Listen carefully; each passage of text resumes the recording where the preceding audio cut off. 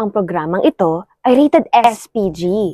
As in, sobrang pagkakamali, girl! It was a friend, somebody from the UK, who told me that there is a bill pending. And he was talking about the Comprehensive Sexuality Education Program. Napanood nyo rin ba to? Siyam na maling pahayag ang natukoy ng Vera Files dito. Bilangin natin. Ngayon, bakit hindi napansin ito sa House, no? Ang kinikwestyong panukalang batas o Senate Bill number 1979 ay, well, galing sa Senado. At meron ding inaprubahang House Bill na nagpo-propose ng Comprehensive Adolescent Sexuality Education. Pero quiet naman sila doon. Pero pag binasa mo doon, pag active sexually, hindi na pwedeng sabihan ang parents. Sige nga, basahin natin. May nakalagay ba dito na ang confidentiality ay para lang sa mga sexually active? Ibig sabihin lang nito, hindi kailangan ang pahintulot ng magulang para i-avail ng mga adolescents ang mga serbisyong nakalaad sa panukalang batas. The details and the particulars are very shocking.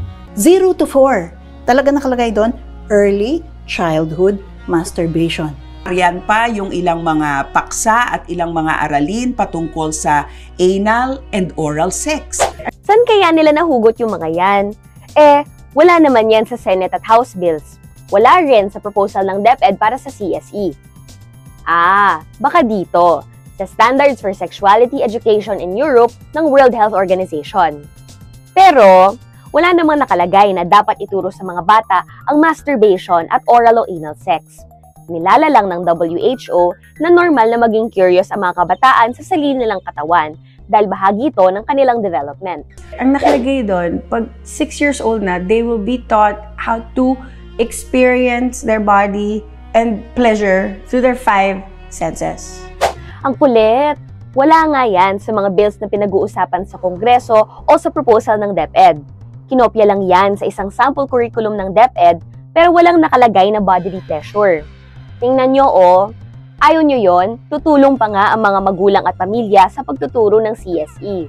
So nakapagtataka, napatunayan na sa ibang bansa na hindi ito epektibo sa pag-solve doon sa teenage pregnancy na concern nila.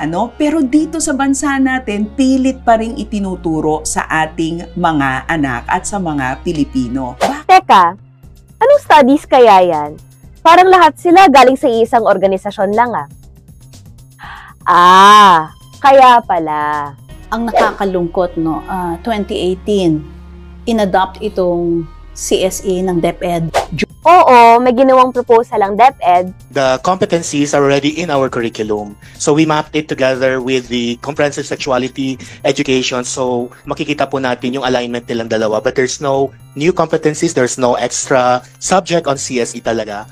Rinroll out na lang nila. Bakit? Dahil daw kailangang mag-comply sa mga international push na ito to promote the CSE. Kakasabi nga lang, di ba? We're not changing anything in our curriculum. We're just mapping the competencies that we think that will help them understand comprehensive sexuality education in the long run. So these are foundational and fundamental knowledge po that they need to establish. Well, my question is, why rush? Why is there a need for us to really implement it ng mabilisan? Noong 1972, sinimulan ang pinakaunang sex education policy sa Pilipinas.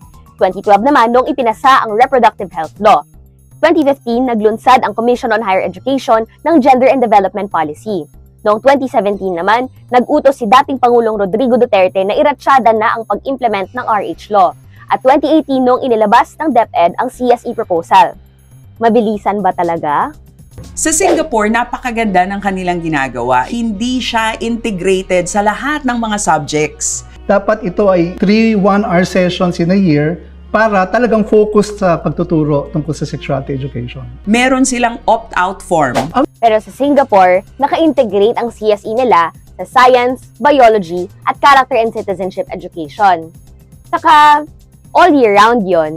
Ang once a year lang na talks ay yung Empowered Teens program nila. At doon lang din pwede i-opt-out ng mga magulang ang mga anak nila, hindi sa mga klase mismo.